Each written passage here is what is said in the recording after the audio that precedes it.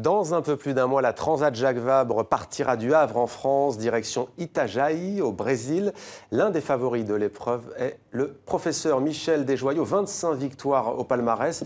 Il fera équipe cette fois avec le jeune navigateur Paul Meillat. Bonsoir messieurs. Bonsoir. Merci d'être avec nous sur TV5 Monde. Alors, vous serez donc associés à la barre de SMA, tous les deux. Départ le 25 octobre, je l'ai dit, du Havre. Vous êtes en pleine préparation.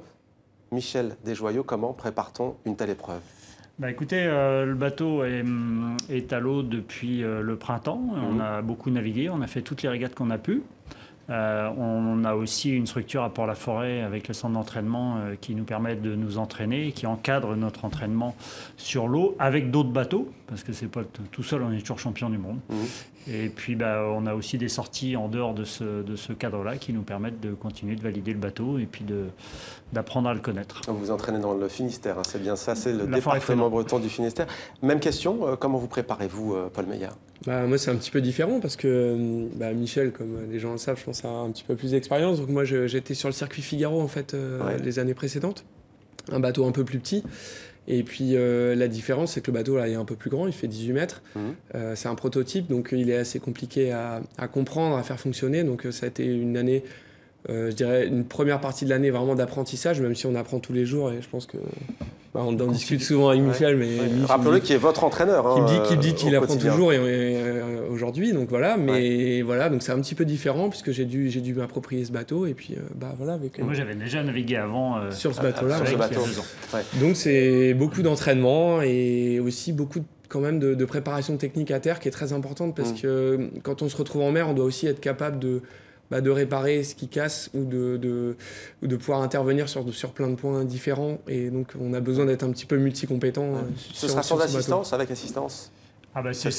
On peut, les escales sont autorisées. Hein, c'est pas aussi contraint que sur le Vendée Globe où Paul sera dans un an et là il n'aura pas le droit de s'arrêter nulle part sauf au Sable d'Olonne. Là on peut s'arrêter mais forcément on perd du temps donc il vaut mieux quand même se débrouiller pour pas avoir besoin de s'arrêter. Alors vous inversez quelque peu les rôles, vous êtes l'entraîneur de Paul Meillat sauf que cette fois-ci vous serez le skipper, je me permets un anglicisme, vous serez le navigateur, vous serez le co-skipper, le co-navigateur Michel Desjoyaux. Pourquoi cette inversion des rôles ? En fait, le projet SMA, qui est un projet sur 4 années, donc l'objectif, c'est de faire le Vendée Globe l'année prochaine, qui est quand même la régate phare du programme. Et donc, c'est moi qui vais partir sur le Vendée Globe. Michel l'a déjà gagné 2 fois. Donc voilà, je crois qu'il est arrivé un moment, il a envie de partager un peu son savoir-faire. Et donc, pour que j'apprenne le plus, il faut aussi que je prenne les responsabilités à un moment donné. Donc, c'est un petit peu ce qui se passe cette année. L'objectif, c'est aussi... lui, de temps en temps, de me laisser faire quelques petites erreurs, parce qu'on a fait aussi une partie des stages d'entraînement où j'étais en solitaire, et donc il était là en rôle de coach observateur. Et là, par contre, maintenant, on est dans une démarche différente, puisque le départ est dans 1 mois, donc on fait des entraînements en double, et l'objectif, c'est de se partager les rôles au maximum à bord pour être le plus performant possible et faire le meilleur résultat possible à cette Transat Jacques Vabre. Vous entrez dans le vif du sujet, 2 Transat Jacques Vabre, 3 solitaires du Figaro, Michel Desjoyaux, si je ne m'abuse. Pourquoi continuer à parcourir les mers quand on a presque tout gagné ? Qu'est-ce qui vous fait, si j'ai envie de dire, naviguer ? Vous aussi, vous avez envie de me mettre à la retraite ou quoi ? Non, pas du tout. Vous êtes encore jeune. Non, je crois que Paul l'a un petit peu dit. Moi, je continue de me faire plaisir, je continue d'apprendre des choses. Non, mais la motivation, elle vient de là justement de transmettre aussi.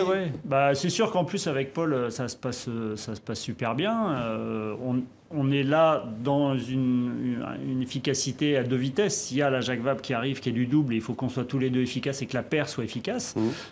Et puis on en profite aussi pour discuter de si j'étais tout seul, je ferais comme si voilà, dans la perspective du Vendée que Paul fera l'année prochaine. Quels sont ses points forts à votre avis à Paul Meillat pour affronter une telle course ? Je crois qu'il est très interactif. Il s'est beaucoup intéressé à la technologie du bateau, ce qui n'était pas forcément à l'origine son point fort. C'est des bateaux qui sont très sophistiqués et on ne peut pas faire abstraction de ça. Et puis il a compris aussi que le travail, c'est quand même la valeur essentielle dans ce monde. Paul Meillat, quel coéquipier est-il, Michel Desjoyaux ?